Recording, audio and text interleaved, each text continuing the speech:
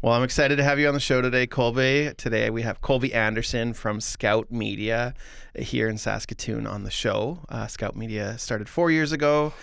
Colby started it with his business partner, Mark Hawes, here in Saskatoon, and they specialize in social media management and content creation. So the whole pipeline done for you, content, social media. Yeah. My business partner likes to say A to Z, the idea of we will plan the content, film the content, edit the content, and caption and post it so that ideally you're only in front of the camera and having to worry about that. And then maybe sometimes you're keeping an eye on the content to make sure that it's flowing in the way that you want it to and the captions are the way you like it. But yeah, we are a full A to Z company when it comes to creating organic content.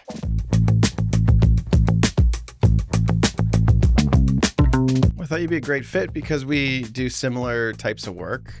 There's a little bit of overlap. Some could call us competition, but I prefer to connect with people.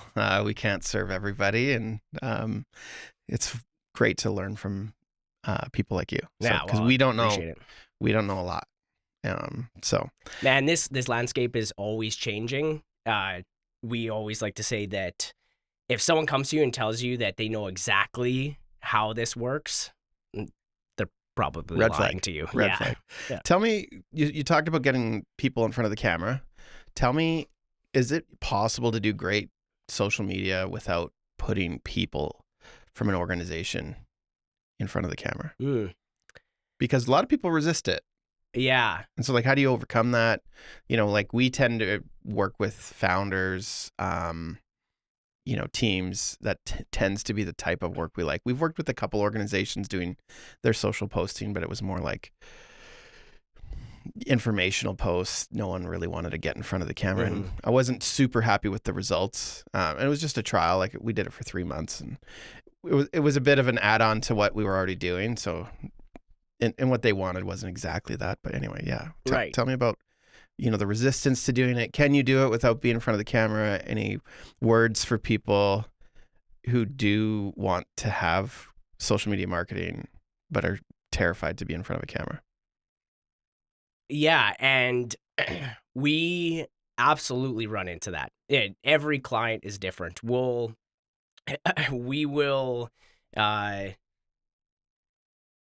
have people that absolutely do not want to be in front of the camera and will insist that they're not in front of the camera. But generally we're working with a team of people, so you can find someone. So I would start off to say that we have found over the past 4 years working, the amount of content that we've created for our clients over the past 4 years is just, thankfully, it's given us a big data set to be able to find out what does better, what doesn't do as well. And the rule of thumb we always say is that you want to be able to put a consistent presence in front of the camera. Now, and you want that to be a person, and we are almost to the point where we insist on it, that if you want to work with Scout, you have to have someone that can talk in front of the camera, be like the model or whatever it may be, because your audience actually wants to connect with that one individual. They want consistency. They want to be able to look at your account and be like, I know that person. They want to get to know that person. Now, as to how to encourage that, I find that most of our job, 90% of our job, isn't necessarily filming and finding the angles and taking the pictures. It's being a director to actually make the person in front of the camera feel comfortable and make friends with them so that you can encourage them, because a lot of times you think you're bad in front of the camera, but you're actually really good. And there's some tricks that we can do to make you not feel so uncomfortable. So, like what? Okay, for example, I'll use an experience that we had. One of our clients that we've been working with for the past 4 years, the guy is the general manager, and he is I'm not going to say his age just in case he watches this, but he's an older gentleman. And I remember the first time we were doing a video with him, he was struggling with it. It was just, remember, all of our videos are pretty much under a minute, and he was struggling to try and get out this description of a product. And so it just kind of clicked in that moment. These were early times. It clicked in that moment. I said to him, you are talking about this product in front of your customers every single day. What would you say to them? Don't treat the camera like a camera. Treat it like a customer, as if they were walking into your store and you need to pitch them on this product. Just be a little bit more friendlier than that, or like maybe not super formal or whatever. And then in one take, he one took it at that point, and ever Switch since, flipped. He was good. He just instantly like, oh, it makes sense. And he is by far, we have people in front of the camera at all age ranges across our clients. He's by far the best, and I say that to this day. Tell me about like volume. Like now, 4 years is a long time, and if you do the volume you do, like you're doing what, 10, 20, 50, 30 posts with him during a filming session? It will. Or how many would he talk in? Yeah. So the volume is always kind of has always like presented a bit of a challenge for us, to be able to not overwhelm your subject. You need to come in with a plan. Even if you're really flexible and quick thinking, and that helps, trust me, you can overwhelm your talent if you come in and you're like, well, what do you want to do? Are you like, what are you thinking? And then they're having to process that too, on top of like the nervousness and being in front of a camera. So if you come in with a plan of like, we're going to do these 5 videos and these 10 photos, that they're a lot more like confident and relaxed, that you can come in and have those ideas, and so that they can just kind of like not have to worry about that so much, and you just direct them from that point forward. Back to your question though about how do we, that leads me into one of the tools that we use, is simply cutting. We say to them that first of all, I'm sure people have different opinions about this. I'm highly against scripting. So me too. Yeah, I hate teleprompters or exactly. Yeah, so I find that I mean, again, it'll have its place, but we're in this realm of trying to create this like authentic, organic content. So I would rather you sound way more natural than just like you're reading off of a script the entire time. The best I'll give a client is you can script, or you can write down 3 bullet points, and that helps kind of organize in their head. So videos take a very, there's different formats and stuff like that, but generally it's, we're going to do a bit of an introduction, whatever that may look like.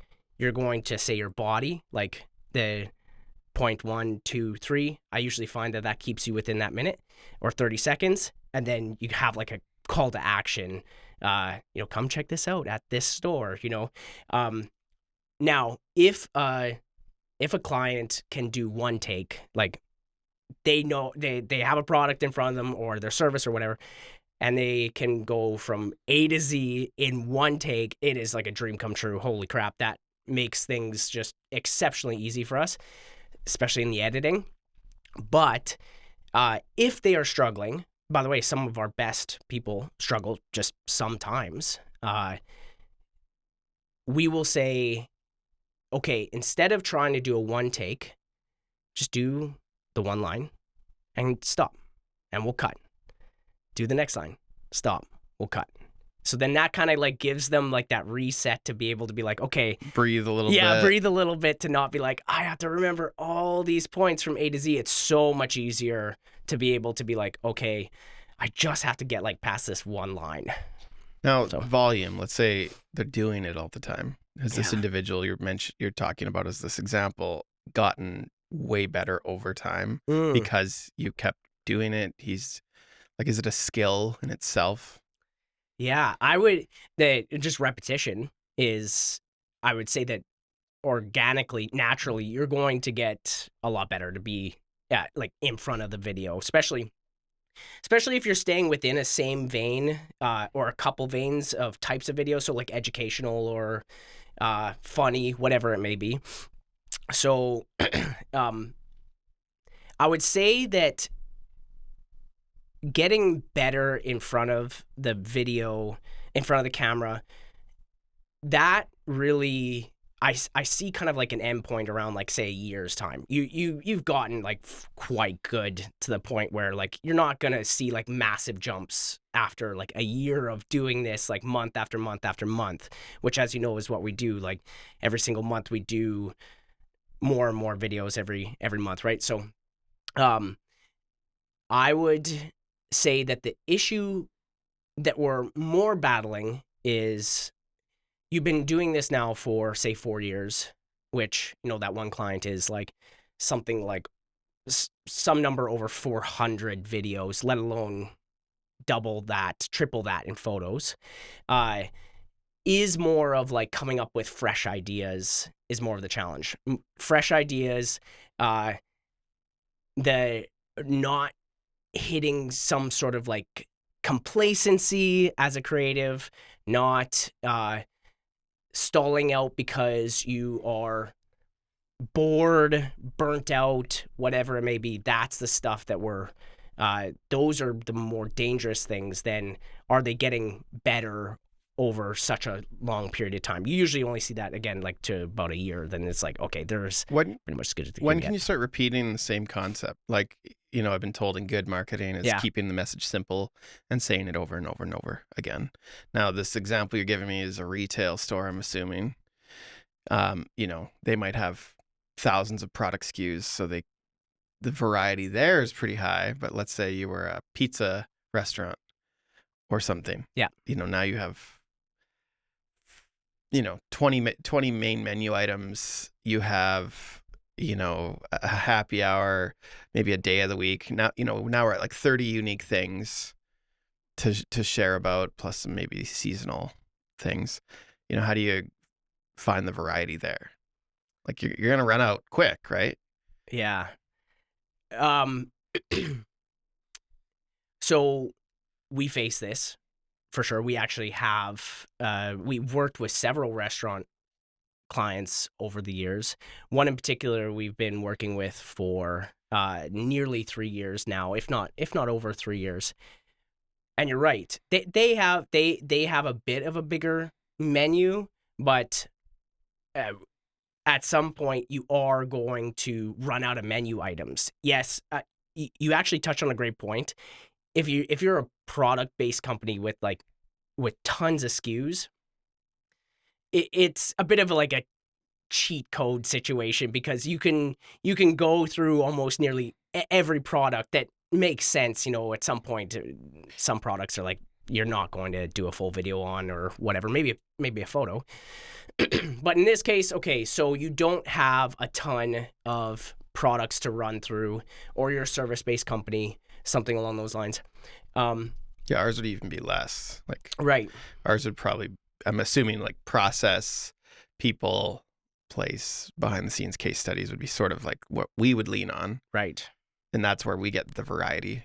Because every job we do has a bit of its own uniqueness. But yeah, when you're, even then, like in a month, if I showed every headshot I take, well, that's still like, it's still like a one thing, right? Right. So. Right. So, okay. Now, this is where maybe some of Scout's ethos might diverge from the norm of what people think. Maybe not. First and foremost, when it comes to organic content, obviously you play in a very like higher end realm than Scout does. Not there's like a lot more production. Right. Like that's probably the biggest Right. split. If people don't know, we've talked about this before. You film and edit everything on an iPhone. Yeah. Which sometimes I'm like, maybe we should even be doing that. And we do like lighting and mic'd audio. Not that you do mic'd audio. Mhm. I think we use basically the same mics. But we don't do lighting. Like we'll play with natural lighting, but we won't bring lighting. That at that point is too complicated. Like not complicated, it's too much work. Yeah. Well, it slows it down. Yeah, slows down the process. Absolutely, it And gums up the every time you slow it down, it costs more money for the same amount. a lot. Yeah. But yeah, and then even our editing is now we got to download it on the server. Now we got to like organize it. Now we, if it's a multicam thing, now we're syncing files, audio. Yeah. Been there. Yeah. Gets there. Yeah, and as you know, we've streamlined our process to the point where we film everything on iPhone. Like you said, with wireless mics though, because audio there should be no compromise there if you can help it. I'd still rather you shoot something than nothing. So if you don't have mics, still film. No matter what, get content out. That's the biggest thing. The trick is just keep the phone by your face. That's what selfie videos work, because the mic is so close to you. Yep. Our cameras, funny enough, like they have a built-in mic.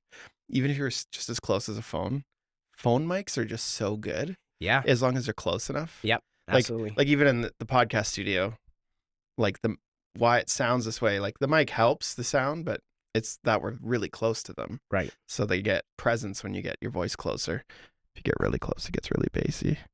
But yeah. So anyway, but that's an unforgivable thing. Bad audio. No one. Exactly. That's a universal, timeless. You can have potato video, but if you have bad audio, no. People will scroll past big time. Yeah. They're like, nope, it's almost offensive at that point. It's like, you didn't even care. Yeah. But yeah, exactly. If you do it without a mic, my recommend would be just take it selfie style, because then you're pretty close to the mic. It sounds, the phones are designed literally to capture audio that style for like FaceTiming or, Google Meets or whatever. So yeah, and one of the things that it's getting better is I find the ambient noise. The noise cancellation is better than it was before, because that's the, I'd say a lot of the issue is that, say you're filming with your iPhone from any distance or whatever, it's all of the other ancillary noise that plugs into that audio that really makes it dirty and just doesn't really work well.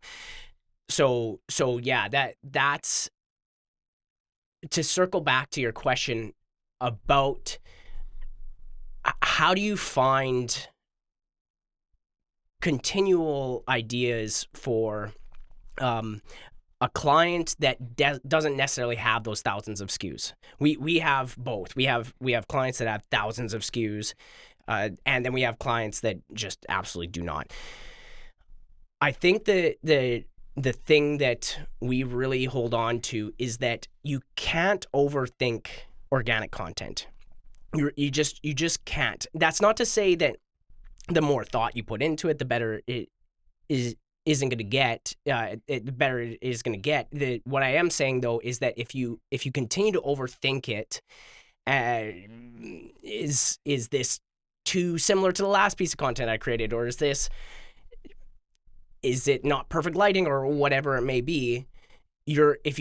If you go too far to that end of things, you end up not posting enough. And that's something that is really, really important to us, is that we balance that quality of content with consistency of content. That's why we say we're not looking for perfect content. We're looking for good or great content that is consistent. Because as soon as you miss one of those pieces in the pie, and go out of balance, then you have issues.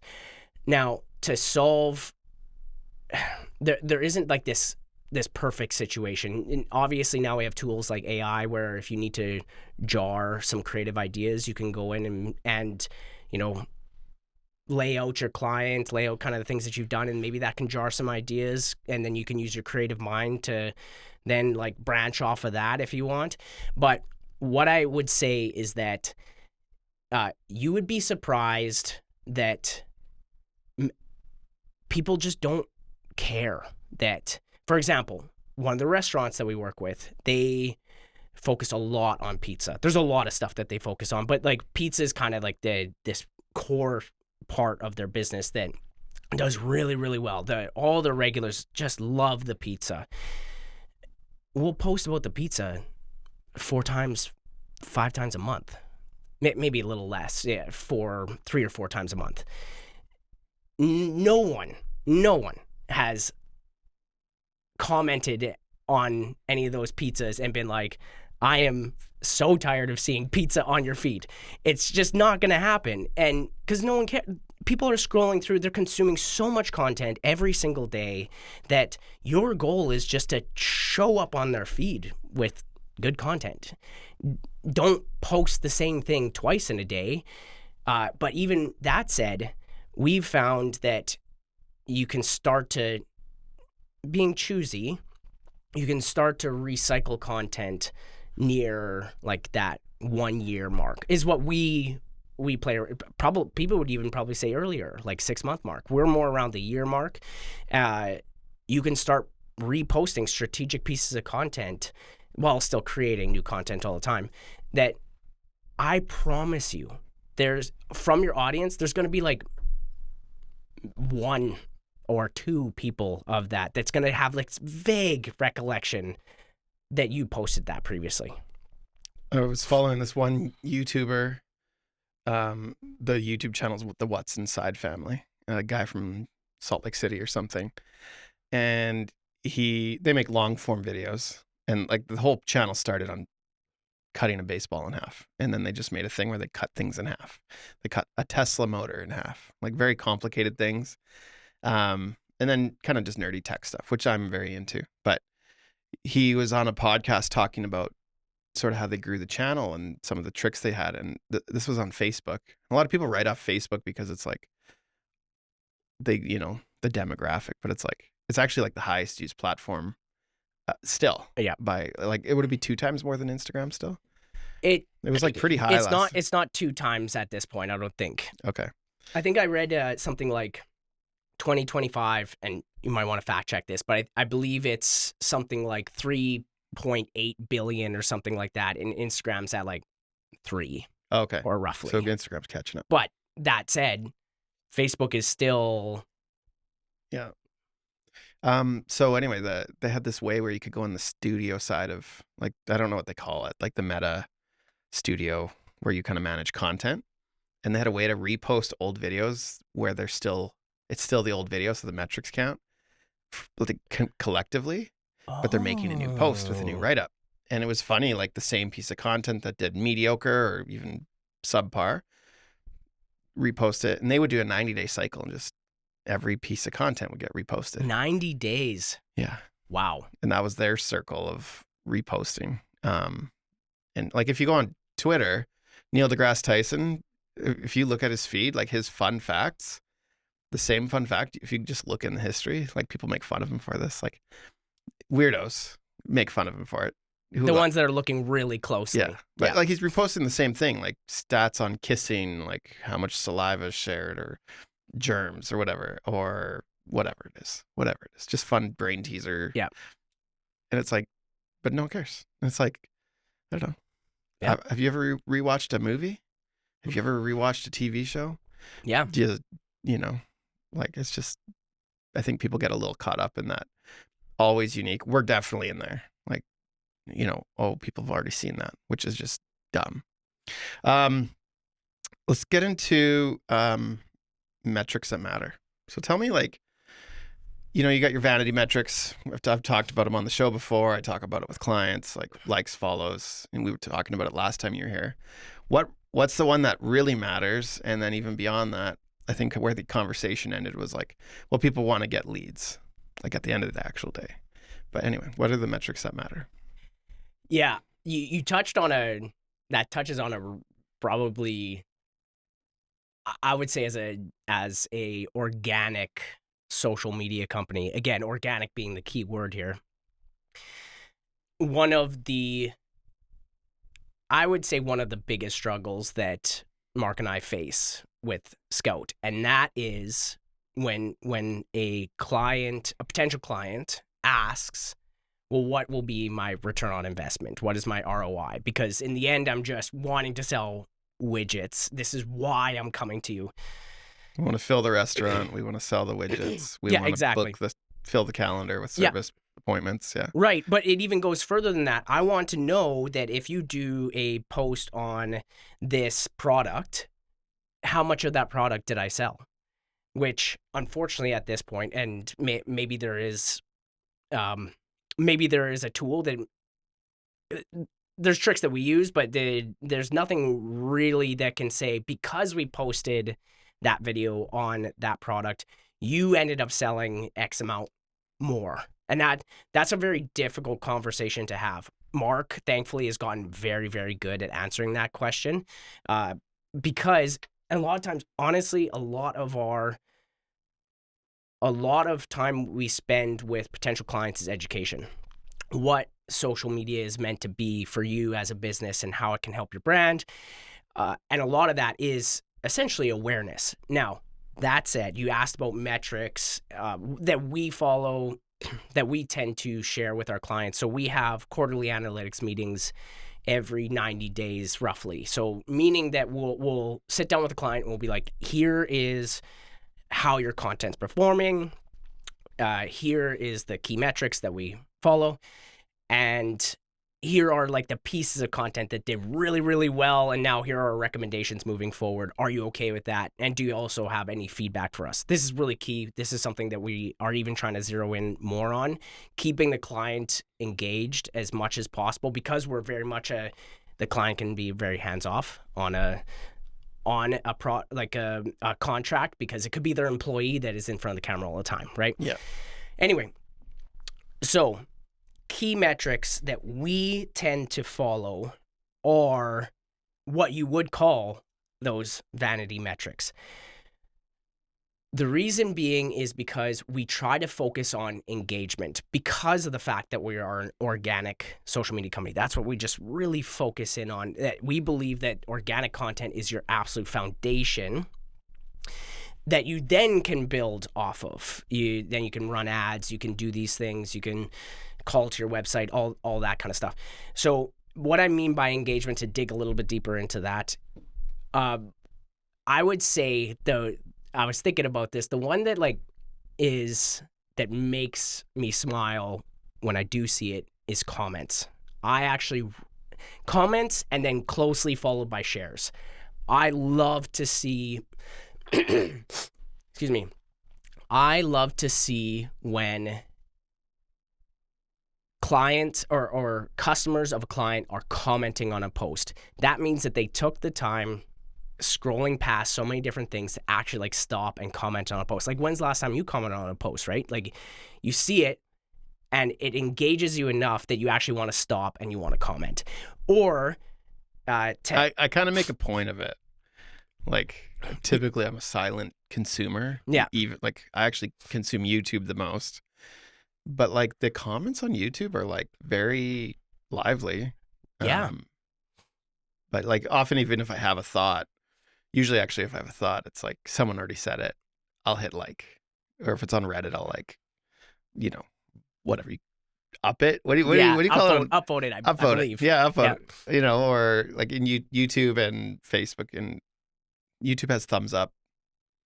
They like comments. They always ask you to click the bell, subscribe, click the bell, like and comment. So I don't know. Yeah. So I'm also an avid YouTube watcher, probably my highest watched social media platform, by the way. The comments are such a great indicator that people are engaged with your post. And then the sharing, if they share it, that means that it's something like 44% of people say that that's because they share it because it resonates with them.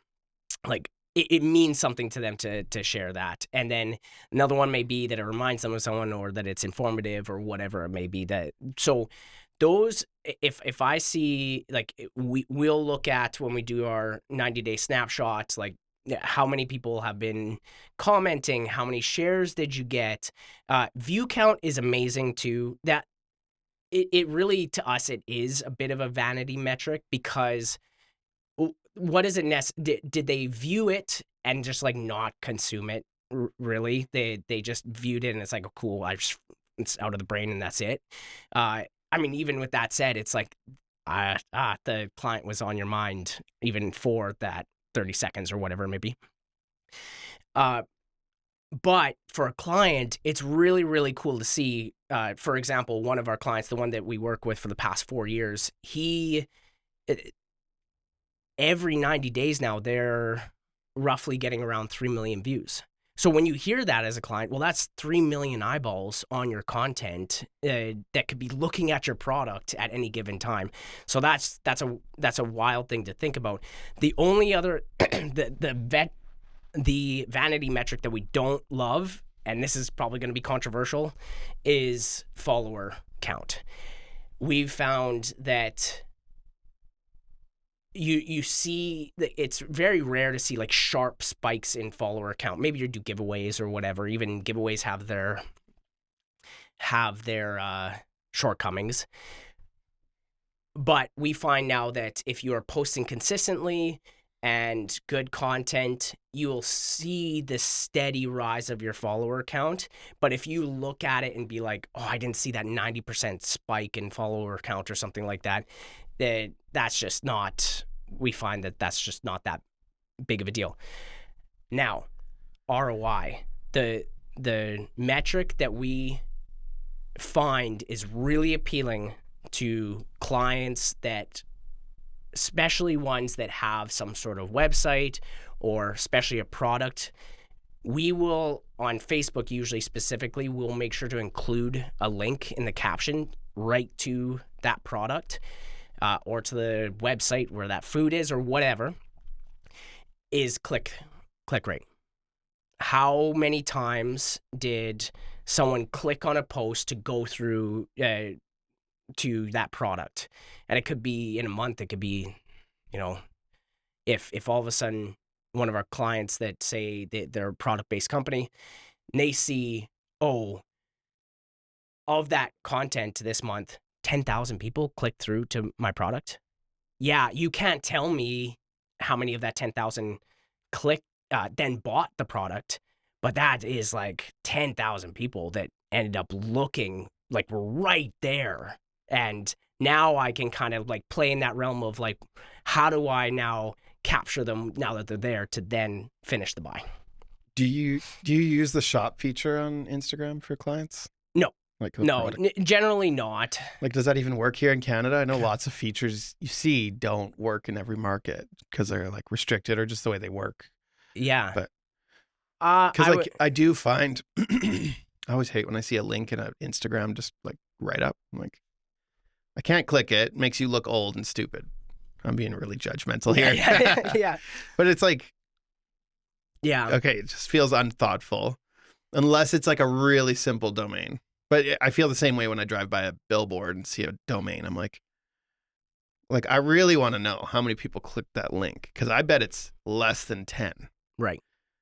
Like especially if it's unique and you could track it, I'm like, I bet. But like, anyway, like if you have to manually go take that link, because you can't even, I don't even think you can copy and select text on a Instagram. No, on an Instagram post. So that's the limitations of Instagram. That's why like on Facebook we'll use later scheduling software to schedule out all our posts for all our clients. Otherwise, there'd just be absolutely no way we can keep up with the amount of content that we're posting.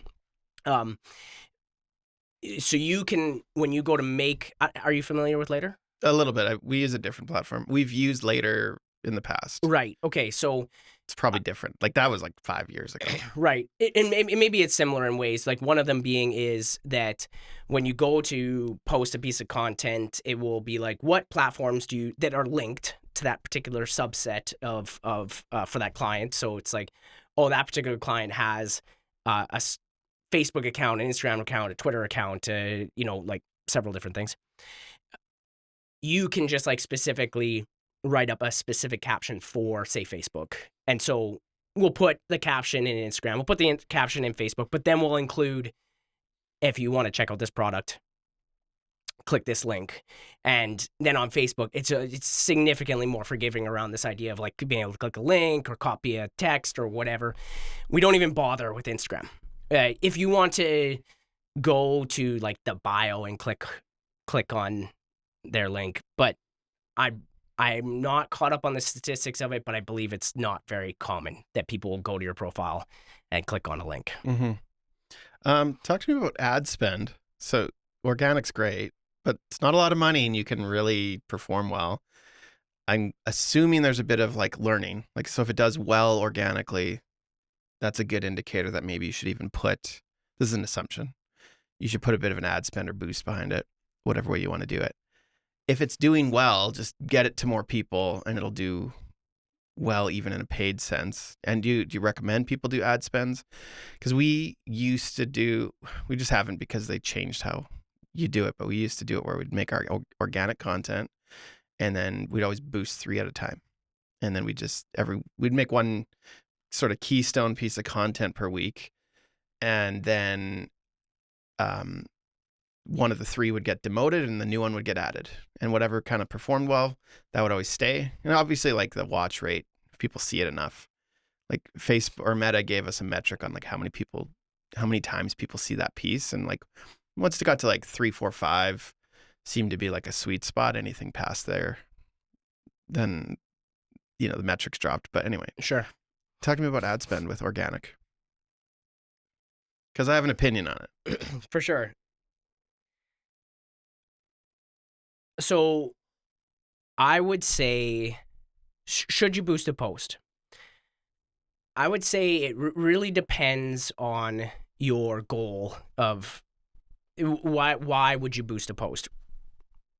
If your goal is, I want to specifically hit a certain target demographic, I wouldn't, because I believe that the narrowing down of who you want it to go to is quite sparse in that regard of just like putting money behind boosting a post.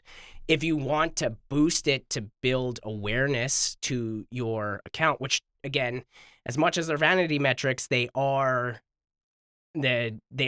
numbers are still good. It's more what we believe is that obviously the more views you get, that means the more engagement you're likely getting, and then the more engagement that you're likely getting, the algorithm is going to likely push that out to people, more and more people, especially non-followers.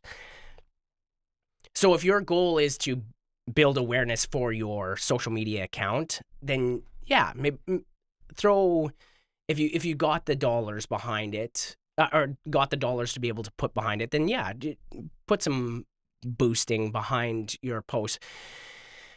What I would, though, personally, what we would recommend is I would rather you save your money to do like ad campaigns where you actually build campaigns using your social media to actually promote your brand and put dollars behind that, where you can actually get really granular with the metrics of who you want it to target, who's it going to go to, that kind of thing. I would hesitate to say like put money behind just boosting posts. That I think you're better served to be in a realm of like building out a specific campaign, building a specific piece of content that is specifically meant to do a very specific thing, and then building a campaign around that and making sure you're targeting who you want to target. Do you do campaign building? We do not. So even if you didn't run the digital side, like the ad spend, the setup, would you let a client use their content with you to make a few pieces that their digital marketing agency could then go deploy? Or yes, like, is that something you commonly do? Yeah, well, that's even kind of we've started doing that out of seeing a demand for it and having it still fit our processes. So as we've talked about in the past, we for your audience, what we do is month after month, we're essentially on retainer with a client where they can choose our first package, which is 5 videos and 10 photo posts. So that could be carousel or static posts month after month. So that's essentially every second day posting. Or they can choose like every day posting, which is 10 videos and 20 photo posts a month. And that is, yeah, like I said, every day posting. If you want to say you have a sale coming up next month, it's whatever sale, An event. yeah, or an event, yeah. Whatever. So to be able to handle the massive volume of content that we're producing for clients every single month, we actually produce content a month in advance before it gets posted. So like you've filmed basically everybody for next month already. Exactly. And we're only mid-month today. Exactly. So you're in January, you film all content for February, right? So it is then up to the client, and we maintain communication with our clients through Slack, and we have a dedicated content operations manager that is dedicated to your contract, that is tied to your contract. And so you just communicate with them, hey, I've got a sale coming up, or with the creative, I've got a sale coming up next month or an event, and I would really like to create a video around that, because I'm going to take that video, specific to your question, and I'm going to give it to my digital marketing team, and they're going to build a campaign around it and put ad spend around it and really try to push it. We're like, okay, great. What is your specific messaging that you're looking for? So we'll do a little bit of upfront kind of work, because it's a different beast than just creating a piece of organic content. But we try to not stray too much. Again, we can't gum up our system too much, because we have just way too much content to create for you month after month. But we will accommodate you to an extent within our own process, and just count it as one of the deliverables for your for, say, it's a video ad. Okay, well, we'll shoot the ad with you. It's still shot with the iPhone. It's still shot with the wireless mics, as long as you're okay with that quality, which generally is quite good anyway. And we'll edit that ad for you, maybe make it a little bit snappier than what you would normally see, and kind of follow some little bit different rules than we would with our organic content. And then we pass that off to you, and you can pass that off to your team. We do it now quite frequently with some of our clients, and we recommend that you take advantage of it, but there's some caveats. We've found that maybe it's because we just play in this realm so much, but we've found with organic content, it is so much easier than it is to create ad content. I don't envy you with I would say almost everything we make, it leans on all those things you said. Yeah. Like nothing's, like a one-shot video is pretty rare that we'd ever do that. Yeah, right. So. And it doesn't flow really well. If I go to that guy that is just so good, that we talked about earlier, if I go to him, it's wild to see. I will go to him and be like, okay, I want you to do just like a quick blurb on this product. Oh, he rips it out. It's just the best thing ever. Man, the last time we shot, in an hour and a half, we shot 16 videos. And that's also like, we're messing around, chatting and stuff like that. It was wild. We shot like such a significant amount of content.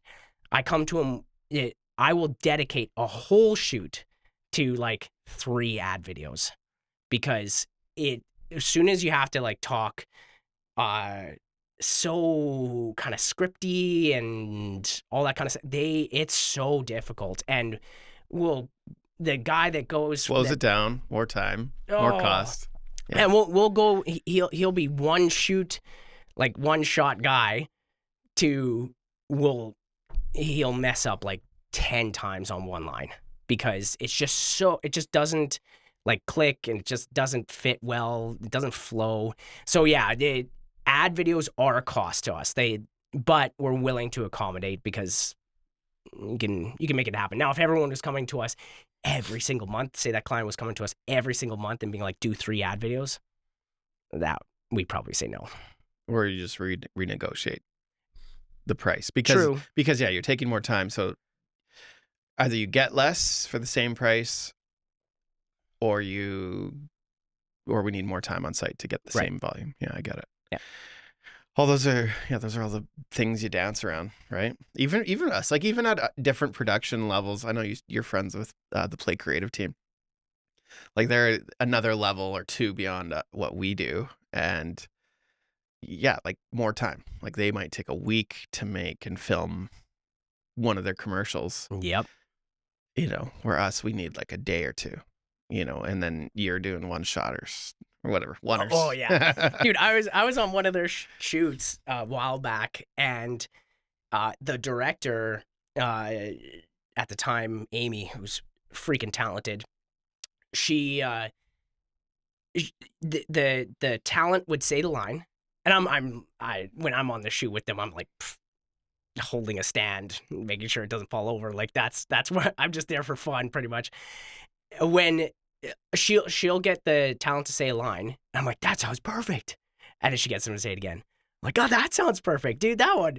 Then she gets to say it again. I'm like, what is happening? To me, I'd be like, okay, cut, done. Like, we got it, move on. But they have to like, they'll run through, tons and tons of the same shot to get the absolute perfect shot. But that's what they're paid for. That's what they've been hired to do. Whereas for us, it's, man, we photographed behind the scenes on one of their projects. So we were like hired to do stills it was an ad campaign. And this is like quite a long time ago, but really fun. That's when I first met the team.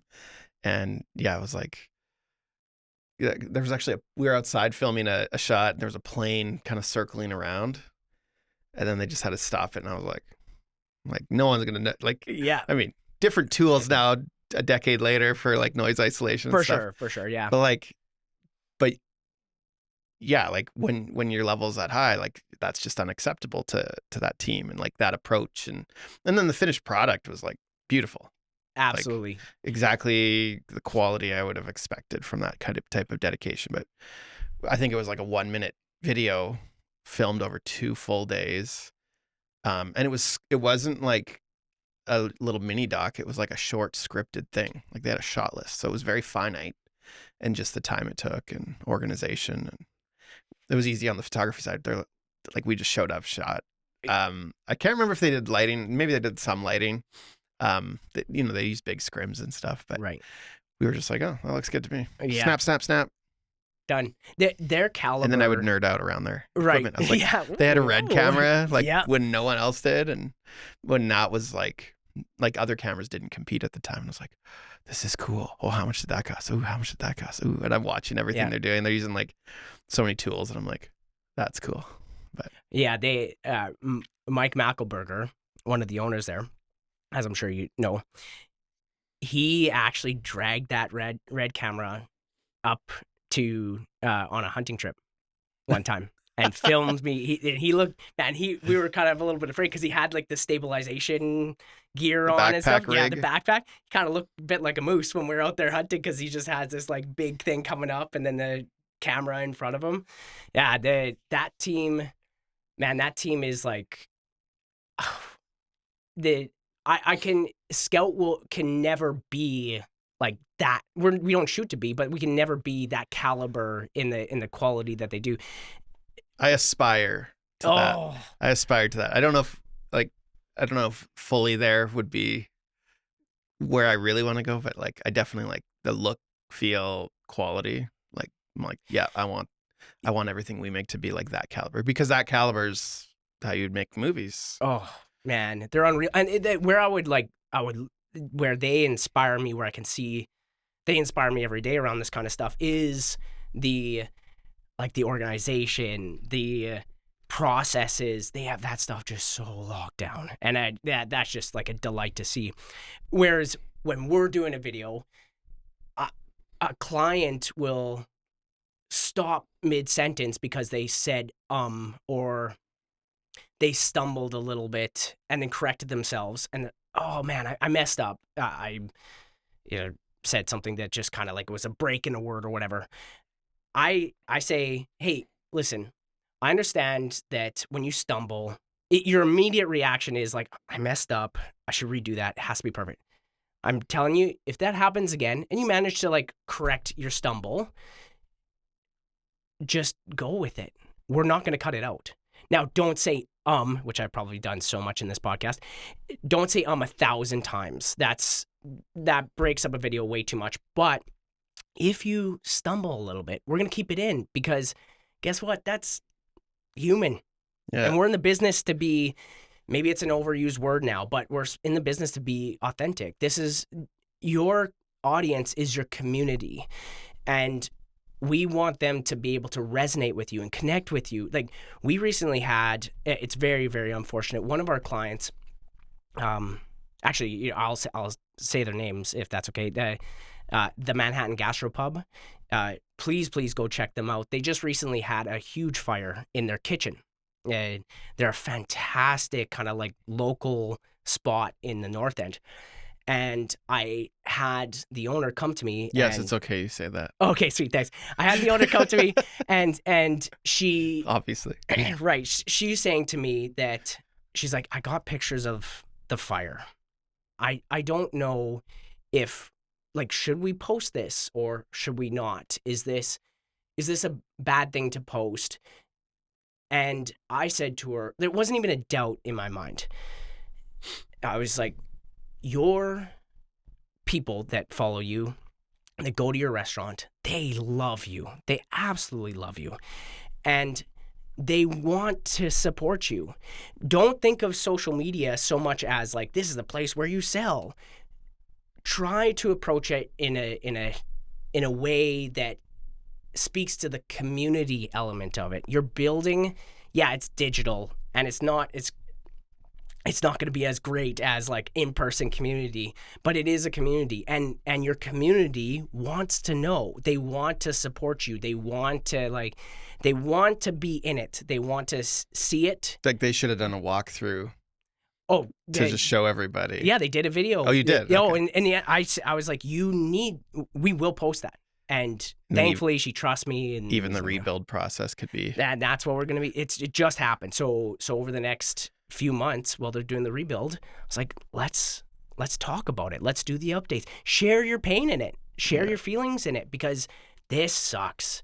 But there's going to be a lot of people that want to be there for you, that want to follow you. And and then you'll get a build up for the next opening. Sure. And, again, it's human. It's not selling. So let's talk about selling. Like, a lot of best practice is like, you need a call to action in your posts. And we still recommend it, like, to people. But then it's funny, because when we do volume content, we don't do that. Like, we don't book a discovery call or book a headshot, or we've really cut that down to like almost never.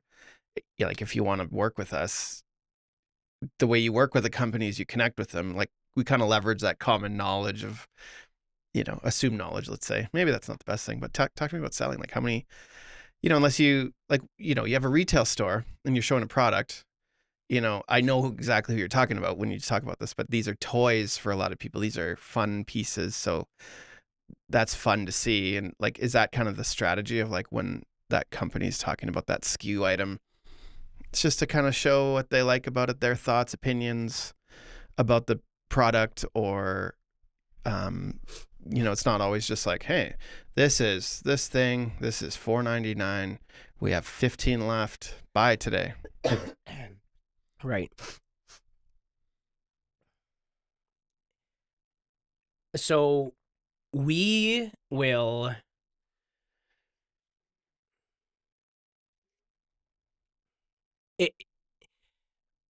it's always a constant balance. It in this game, everything seems to be a balance on, especially when it comes to sales.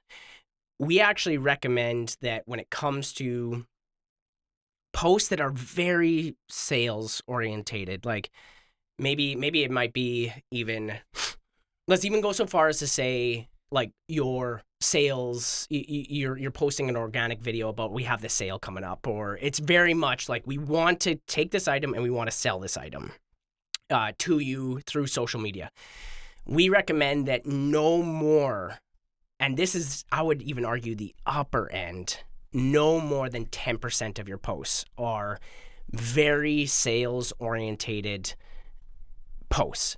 And again, I can't stress that enough.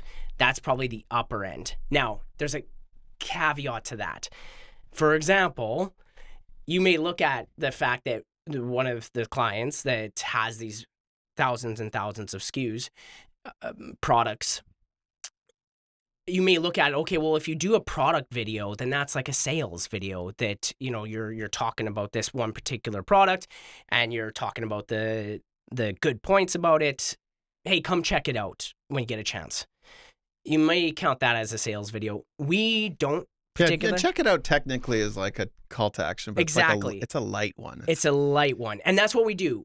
So I would say that for that particular client, majority of the time, I would say, to be fair, would be that we'll do a video on a product. The guy in front of the camera will talk about kind of what it's about, maybe some good points about it, and then does like a call to action. Find it online or in store. Not that they'll do it all the time. Not that we'll do it all the time, but a good chunk of time. Just because we find that like it's at the end of the video, it's very low, like it's not very intrusive.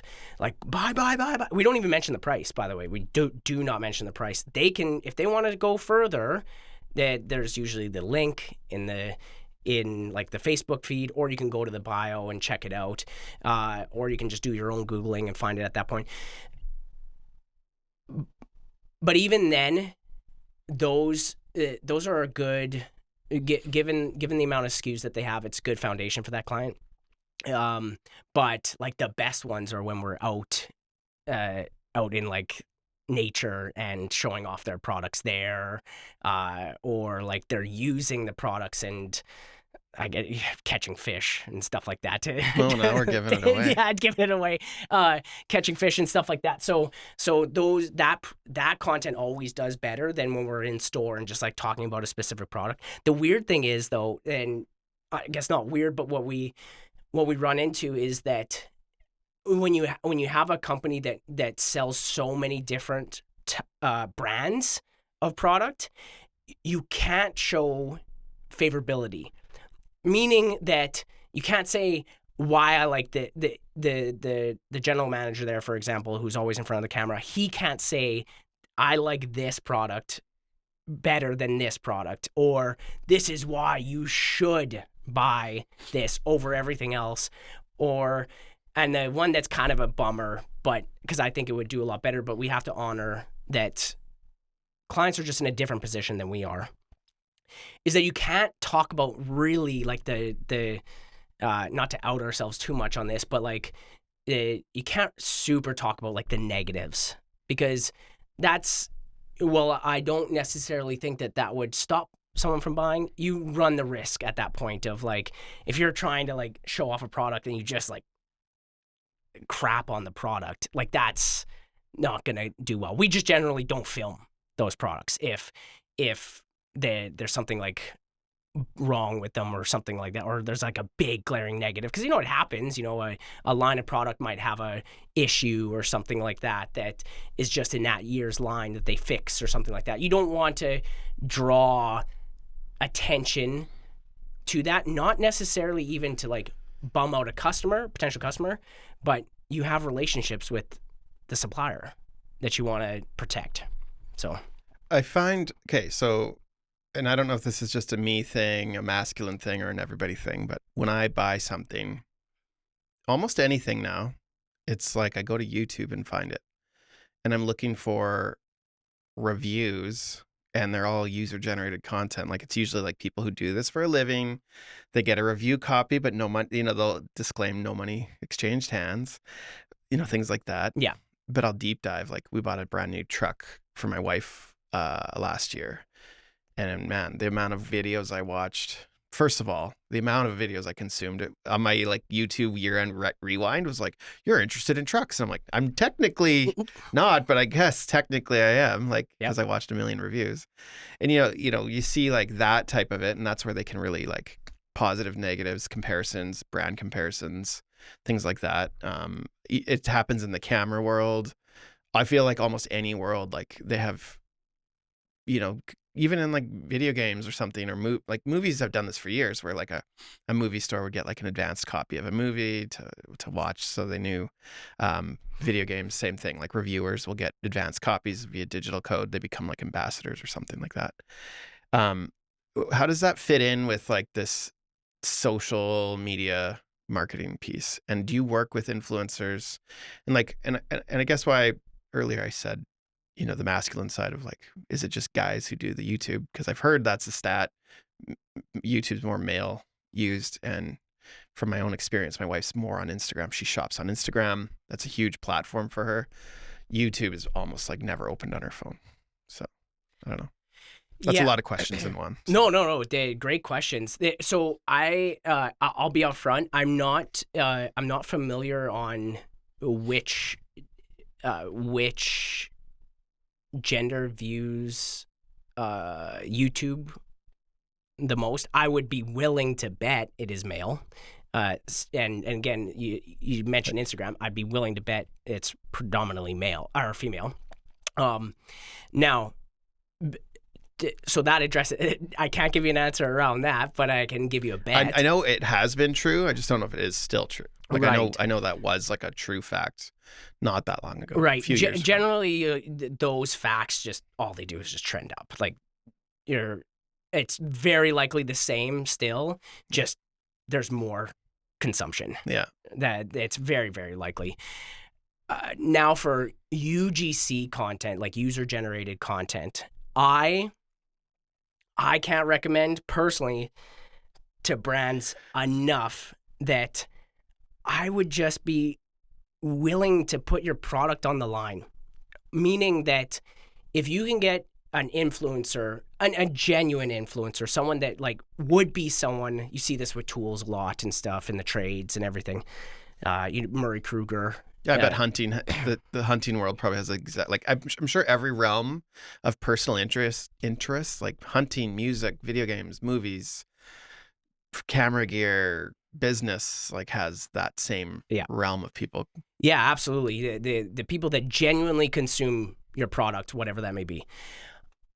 I cannot recommend enough personally to just put your product on the line and hope that they will give you a overly positive review. Like, more positives than there are negatives, because I think people are becoming more and more keen, more and more just aware and sensitive to the authenticity of the review. If it's just like this glowing review, maybe, but there's a really good chance that it's like you've been paid to like not say anything negative, or you've got a content creator that is like scared to say anything negative. There's a camera guy. His name's Peter McKinnon. Oh yeah, Canadian guy. Yep. But he's like an ambassador for Canon, so he can't. I unfollowed him because he isn't able to can't say anything negative. Review any other products. Oh, I see. Yeah. So he even said that in one of the podcasts he was on. He's like, I'm in a contract, and these other cameras are great. I just don't talk and post about them because I have this deal. And I was like, great. Okay, you're not a source for me to like learn then, right? Because you can't even he can't even be critical. Which I'm like, well, yeah. Like anytime a new camera rolls out, like every 4 years, typically is like a camera life cycle. Depending on what camera range you're buying. It's not like a cell phone where it's every year's new. I go in deep dive, and it's funny. They give all these content creators review copies. They have a same embargo, so on the same day, everybody's review comes out, and I'll watch almost all of them. But yeah, there's a few I trust, and they'll be totally nitpicky, and it's like, great. It's like when I go even on Amazon, if I go look at a product, I look at the worst and best reviews. I want to see the polarizing things because I don't at least see. If you give a 1-star review and you're like, it broke, I'm like, well, okay, well that happens. So your review sucks. Like, and I'm trying to judge purchasing. Yeah. And, I don't know. Exactly. Well, nothing in my mind is supposed to be perfect. I would rather have someone be just so open and honest about something, because I, as a conscientious consumer, I understand that nothing's going to be perfect. There's going to be quirks about something, and I would way rather you be open about them so that I can take that full range of information and make a decision around that. That way, if I go and buy your product and then I run into that, then like I'm like, okay, well, I was aware of this. I made this purchase knowing that, oh yeah, like the auto focus isn't like as good or whatever, you know. I don't play in the camera world, but you know what I mean. That I would way rather that happen than just like you're just try to spit out this like glowing review. And the thing is, again, Peter, I love his stuff. His stuff is really, really cool, but it just does a disservice to Canon in my mind that you're limiting such a talent to not be just super open about the product. Now, business decision wise, I get it. Like, yeah, dude's got a family and kids, and like that's a great way to make a living. I don't judge him. I think hustling for YouTube contracts is like it's got to be brutal. It's got to be challenging. Yeah. And the amount of production these teams are putting out. Like you see one guy in front of a camera, it's funny. Then once in a while you'll see the team, and then you're like, oh, this is like multiple people producing this all the time. Like this is like teams bigger than our studio. I'm like for just like one guy's YouTube channel. Yeah. And like they don't do corporate work. Like most of them in the photo world started doing, you know, some sort of professional photography, wedding videography or wedding photography. Anyway, but yeah, super interesting. Tell me, you know, like a lot of our clients, we do one-off projects for them and they handle this content coordination, we'll call it. Typically that's the job title, in-house for their own marketing. What should they be looking for 2026? Like what kind of like, you know, any advice you might give them, you know, or even like tricks for people trying to do it in-house? To do it in-house. Okay. Like let's just say, obviously we want them to hire you or me to do these kind of things, but the reality is, you know, some organizations, they want to have it in-house or they have a full-time employee and they maybe can dedicate a bit of time to it. So like what's some pitfalls they could avoid? What's some things, you know, that could make it easy, how to prioritize, and then maybe any tricks for the, you know, anything that's changed that they should be aware of in 2026. Right. Okay. So this is something that we definitely come across all the time. For the past 4 years, we've seen, this is pretty general, but 3 different situations. One being is you have a current employee that you then like extend their role to be social media manager, essentially creator and manager. Because hear me when I say this, it is when you are assigning a role to someone that is, hey, handle social media, know that there is so many different pieces to that. There is the idea creation. There is the filming part of it. There is the editing part of it. There is the captioning part of it. And then there's finally the posting part of it. And then if you extend it even further, it's responding to comments and everything. It is a big job. It really, really is a big job. So back to the 3 different things that we normally see. So you extend some current employees' roles and responsibilities. Please God, pay them more, first of all. The second one being you... And give them time. And give them time. The second one being is you hire a full-time employee that specifically handles the social media part of your business. The third one being, obviously, is to hire an outside agency like ourselves. Okay, you want to do things in-house. These are the things you need to be very careful about. First one being, okay, let's address that. So you have your 2 options. You extend it, a current role, or you hire someone full-time for it. The thing that you have to be very aware of is, like I said, that role is massive. It takes a lot of time. And not only does it take a lot of time, it takes a lot of brain power.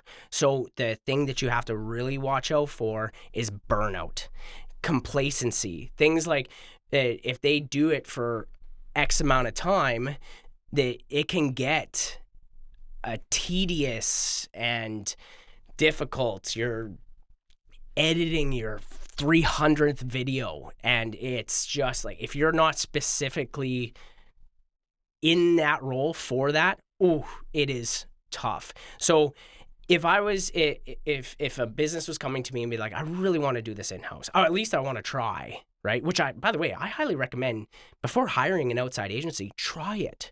Some of our best clients tried it for years. And in the end, they're our best clients because they're like, we've tried it. We appreciate what you do because we just do not want to touch this anymore. Like, we want you to deal with it.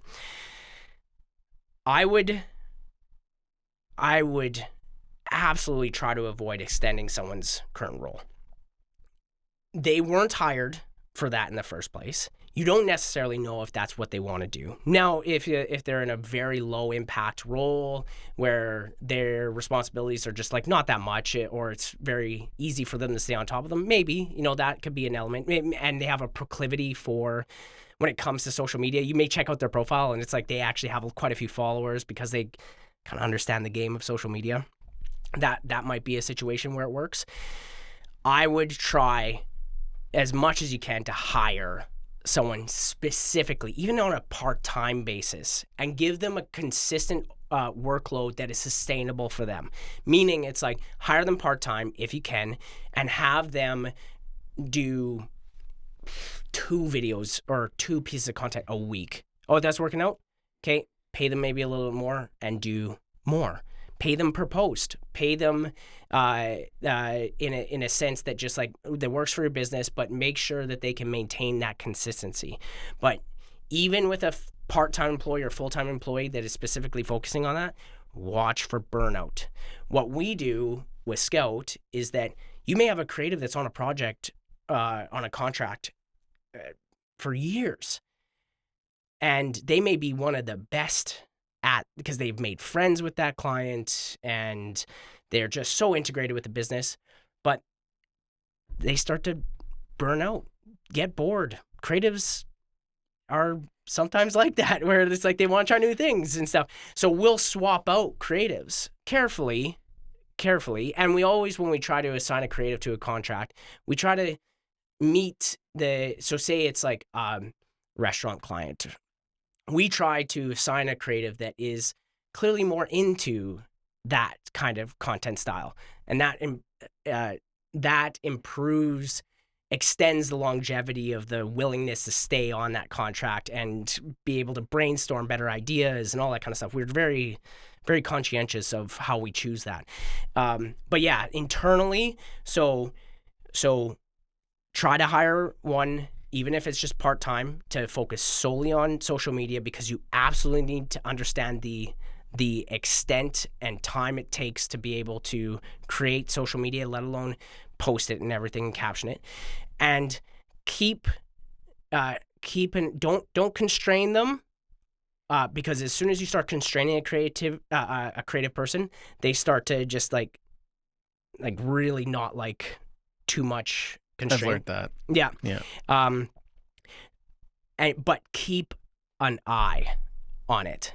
Try to keep like a structure. For us, it's like we give so much freedom to our creatives for the month of the content gathering, but by the 20th, the content has to be in. But during that month, as long as you're not burning out the client, you gather it when you want, you edit it when you want. We don't care. That's fine. So your time is your own during that month, but you have that clear distinction of like, this is when it's due. So some structure, give that person that's gathering content some structure, so that they can stay on time, but give them as much leash as you can so that they don't feel constrained. And then finally, work with them as best you can. Help them with idea creation. Like, our best clients are ones that do 50-50, like we'll come up with 50% of the idea creation and they'll come up with 50% of the idea creation. Collaborate, work together to create like that. You will always know your content or know your product way better than we ever will, or that social media person ever will. So work with them on that. And yeah, just like try to support as best as possible. And if you get a really good person, I would say that you could in-house reasonably expect the 2 to 3 year mark before you're starting to see burnout. Now, obviously, that's super subjective. It's solely based on the person and maybe the type of content they're creating, how much they love it, that kind of stuff. But I mean, it really is a viable option. But please, please, please understand that you're not just giving them the role of some easy social media thing. It's so much work, not just manual work. It's crazy how much you start to burn out just on trying to come up with good ideas. Yeah. I think of it as like, if you couldn't put the whole thing in a job description, like what you expect for anyone to do, then just to say do it will, first of all, lead to like disappointment likely. And then second, you're just not going to get any results that you're thinking you want. Because I think what I find is like our industry is it has a lot of parallels because we do a lot of like one-off projects. So just photography, just a video, maybe a mix, plus the content marketing side. Like it's not just buy a camera. Like I've had clients buy a camera, like literally the same ones that we have. Like I'll tell them, I don't care. Like go try to use it. Like it's hard for us to use. Like our whole team can't even fully like just grab a camera and use it. Darcy and I can do the video, but and Darcy will photograph sometimes, but it's like Karen and I and Melissa are like more on the photo side. And you get people who specialize in sort of that device, like that's part one. And then after that, it's like, okay, narratives. What are we saying? I find that that's like the sticky point mostly. And even as we're talking here, I'm like, that's probably our like angle of an organization is like, we're good at finding the messaging, finding the stories, like, because that's not easy. And so if you could articulate exactly what you want with a strategy and all the boundaries, expectations, then you're still going to get like a junior result. And I think I agree with you. Like that's okay. But like, this is also you're trusting someone with your brand. Like, would you have the same person go do a keynote speech for your company? Would, like, don't treat it like it's like, taking out the garbage or recycling. Yeah. Like it's not that type. It's not a chore. And I would say that's probably the biggest place I see organizations oversimplify it, which never works. Like you have someone, like if you just think about it, an organization, like I have a person who does my books. I have a calculator. I can do math. I know how to use Microsoft Excel. I even kind of know how to do books, but I don't do it. Yep. Because it takes thought, it takes, plus the speed. My hourly rate to do books is a lot higher than my bookkeeper, like, because like then I'm not actually doing work, so I'm losing opportunity. I'm losing anyway. But yeah, I think the oversimplification, and I think we're in a world where I think the future of any business is like you need a marketing strategy, and that marketing strategy needs a media production strategy. And I don't see that ever stopping. I think it's ramping up. AI will come and fill certain voids because the volume and demand are so high. Like it's not like I don't think it's taken away anything. I think it's just given more opportunity. But like, do this as a litmus test. Like go on ChatGPT, say, write me a post. It'll do a bad job. And then you realize, okay, thoughtfulness, strategy, a plan, a little bit of personality. One of the things I talk to people about all the time is like, people don't buy from companies, they buy from people a lot of the time. And unless you're like a commodity, like I go on Amazon and buy stuff, I'm not buying from people. I get it. But when I'm in town, I'm going to a restaurant and I'm having a server serve me. Like that's part of the experience. Hearth Restaurant, one of my favorite clients, and favorite places to go. Good people. They started out actually just next door to us with a kitchen, but they're people, and like you get to know them, and then you like the brand. And if you're that type of business that can leverage the brand and people, like that's what people buy from. Yeah. So, well, I absolutely love that you bring up this idea that your experience at a restaurant isn't just the food, it's also who are you getting to serve you that day. And that's such a wonderful concept that you can go to a place that you've been to so many times, but each time it's almost like a new experience based on the server that you have. What mood are they in that day? That kind of stuff. How's the food and everything? Excuse me. And actually, that's something that I think that absolutely should be celebrated. And one of the things that that just is a byproduct of Scout that works well for us is that every one of our creatives has their own unique style and they all have their likes and dislikes and how they run things and their lives, everything. So that when we're we obviously, like I mentioned before, we're very considered around, okay, if we're working with a particular client that is, we have a particular creative that is very sports orientated. And he is very likely going to get the contracts that have anything to do with sports. Now, any type of sport. It is wonderful to see them take their very human element of style and how they do things and imprint that onto that particular company. Now, of course, we try to honor branding and how they like to be perceived, but there's always still that little bit of flavor that comes in from how that creative tends to do things. And it is just like, it is so cool to see where that creative mind chooses to take that company's content, because our clients, they do have ultimately the final decision on where creatively we take their social media.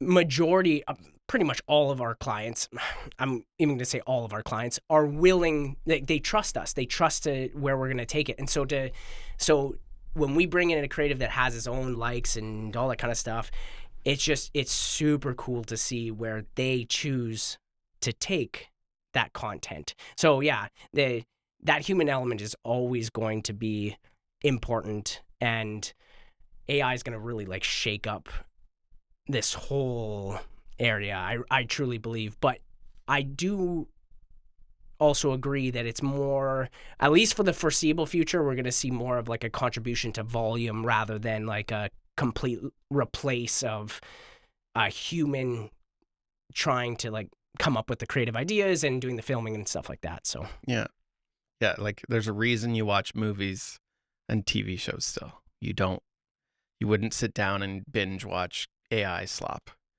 Like I've been binge watching Stranger Things. I'm like really late to the party. Just started it last weekend. Wow, that is quite late to the party.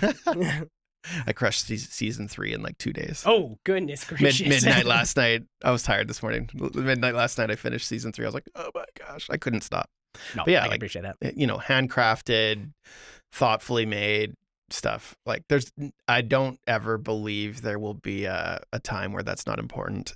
Like that human connection matters. There's a thing in art where there's a Japanese word for it. I can't remember what it is, but it was like the effort behind the art is part of the art.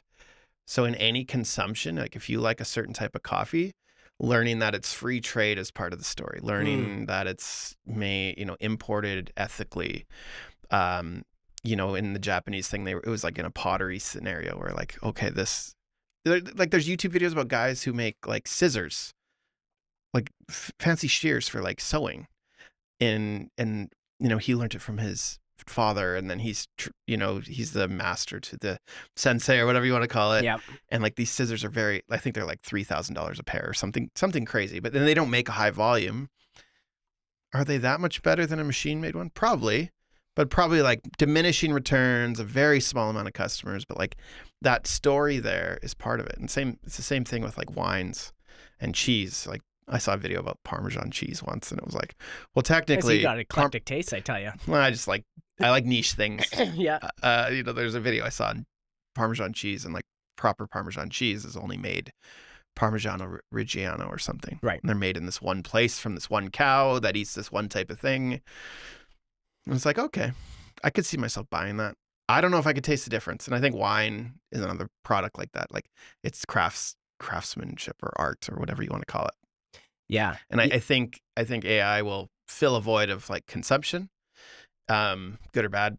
I think that's the role it plays, a volume. And I think there's always a place for human-made stuff. Right. You know? And that's not even to say like this is coming from someone that, you know, any one of our creatives is creating 15 to 30 pieces of content every single month.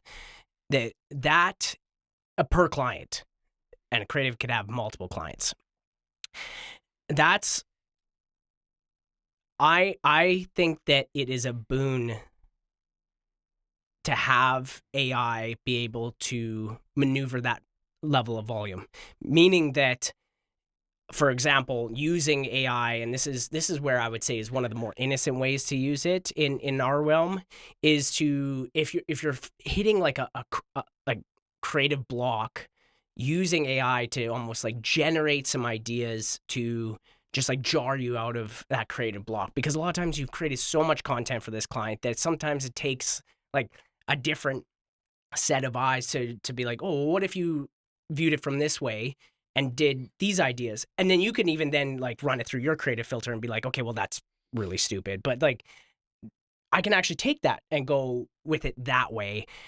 So I would definitely not sleep on it. And actually, back to your question about internally, if I was a company too, I wouldn't sleep on AI tools to be able to like help with that idea creation, or to view your content in different ways, and even to go a step further. Do you mind if I like put a few more points to that internal thing now that I'm thinking about it? First one being is that I promise you, I might be sticking my foot in my mouth with this, but I've had so many people come to me and be like, well, I'm an insurance company. How the heck am I going to create content for my insurance company?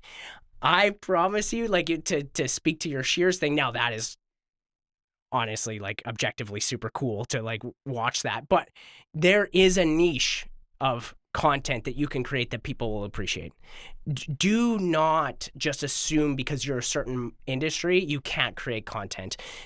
Do it and just see how it goes, and do it for like give yourself a set period of time. For the next 3 months, I'm going to post a piece of content every second day or whatever, or twice a week or whatever it may be. And I believe you will be surprised with the amount of engagement and interest that you get. Even a little bit of interest is like, whoa, that's crazy. Like, that's awesome. Now, the other thing that I would suggest, again, it's lending itself to a little bit more of that constraining of the creative, but have a plan. Try not to just willy-nilly each day come up with ideas. Try to actually like come up with a content calendar of ideas, and that content calendar may coincide with like events that you're having or sales that you're having, whatever it may be. So you may adjust your content based on those types of things for that. But a content calendar at least can direct you in a way that keeps you on track to create X amount of content for that following month, and give yourself actual time. Don't try to, if you have to, if you can, create a video in the moment, especially stories and stuff like that. Like, those are really meant to be in the moments, but give yourself enough time that you can create almost like a bank of content, so that you're ahead with your posting and your filming, so that you're not like all of a sudden you walk into the office and you're like, I have to create a video. Because putting yourself as a creative, or putting your creative into that scenario, man, it's tough. It actually just like, it fries your brain pretty quick that you're like having to come up with one video. You'd be surprised where you're like, I'm gonna sit down right now and I'm gonna create I'm gonna come up with like 15 different ideas. I'm going to film them next week. You'll be so surprised how much more efficient you are versus like, okay, what I'm going to film today. Like, try to avoid it if you can. Try to have it that you're like, I've got all these ideas mapped out for next week and I'm going to film them. And then that day comes and then all of a sudden you have an idea in the moment. Film it. Like set aside one of your ideas and film that one. You know, but don't try to rely on your just like immediate. Well, that's the difference between a professional and an amateur. Is amateurs wait for inspiration and professionals get to work. Right. And I think that's probably one of the best skills. If I'm going to claim a skill I have, is like I can come up with ideas really quick. Like I know how to like find them without needing to be inspired. Right. Like big talent. And I'm definitely like as I'm saying that right now, I'm like I've never given thought to that, but like I can go to any company, like I'm pretty confident about this, and be like, okay, here's what I would do. We've got to start somewhere. This is where we're going to start. After 90 days, after you've done all these ideas, I still have a way to figure out new stories, new ideas, new ways to post. Yep. Again, now we've talked about how complicated it is just to do not complicated, consuming of time and energy to do a good job. And now it's like, now how to do it when you're not inspired. That's like the next thing. And I would say like our studios, like we know how to handle that easily. Right. And I appreciate you bringing that up, because one of the things that Mark and I talk about all the time is that a lot of times a client is just too involved in their day to day. So to them, of course, this is going to be the case. Like, who would want to watch that? Yeah, it's their normal. It's their their ordinary. normal. Yeah, it's like that's boring to me. You know, it could be you could do the most exciting job in the world, and eventually it just becomes not monotonous, but it becomes the same, right? And you may get in your head that that doesn't. Who would want to know about that? Like,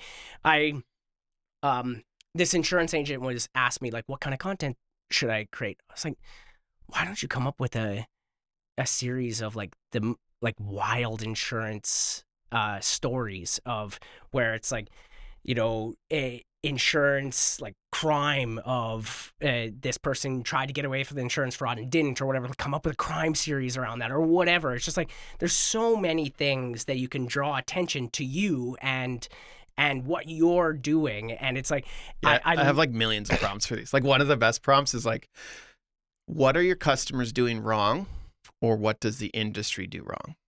If you like 5 things, and if you just answer those, that immediately is like your basis. I like that. So like pick an industry. Like, so let's say it was insurance. Like, what do customers do wrong? They don't shop around. Now, an insurance broker probably wouldn't say that, but like if you really care about the customer, they should shop around I would say that's a good thing, because then if you're a broker who asks a lot of questions and they shop around, if they don't shop around, they're just going to stay where they are. And if they do shop around, they might come to you. And now you're way more bought in at that point. Yeah. And so you're selling them. Another one would be like insuring properly, you know, and then you can get into like stories about, okay, well, you have a rental suite. That's a different type of insurance. You're a business. And like we're a photography business, and we have equipment that goes on site and then comes back. It's not just all in a building. Okay, that's different insurance. You know, those are 2. I could riff these off. And then, you know, what other insurance brokers, like what the industry gets wrong is like, it's, you know, you could probably, I'm making some assumptions here. Oh, it's super old school. A lot of people just like to get the check and cash it. Like that's the old way of doing it. Or you could even throw under the bus. I tend not to lean on throw things under the bus, but it's like the old way of doing this was this way. Right. And that just doesn't cut it with customers anymore, because customers are savvy and smart, and you kind of paint a picture of someone who would watch this is already thoughtful, savvy, and smart. And then now you're building rapport, building relationship, giving really good advice. And now if they shop around, they're not going to shop around at all of them.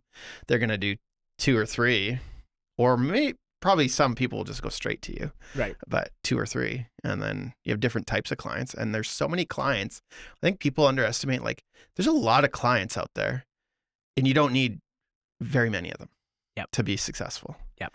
And so then I talked about this with a marketer on one of the other shows.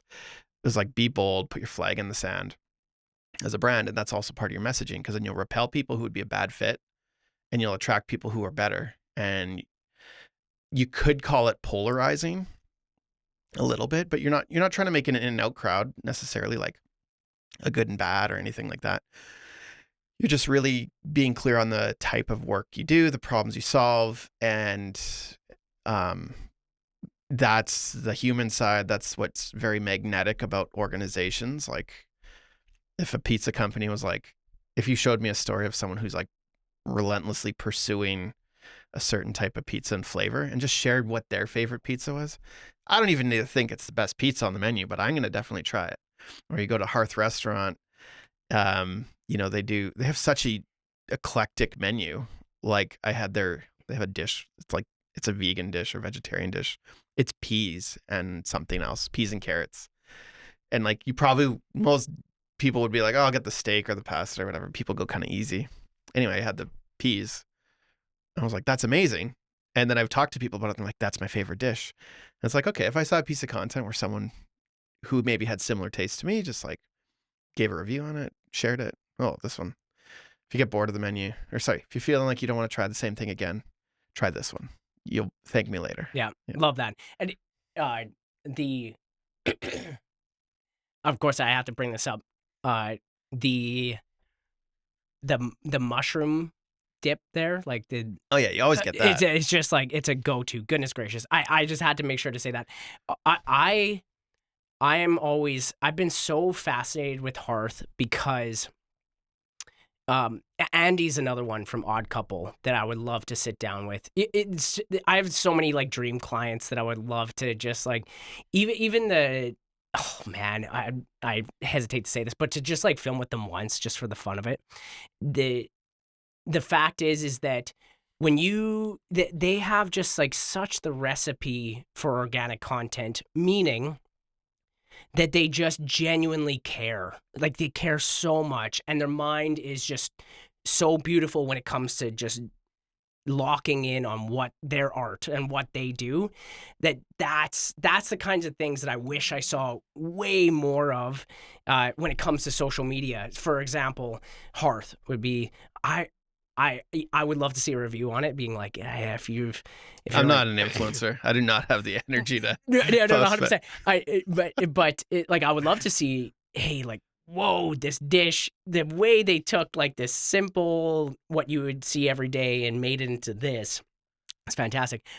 I would love to be with the chef and be like, hey, where's your head at when you're making it? Or even them just like a quiet video of them making it with like the ambient noise and stuff like that. ASMR. Yeah, almost.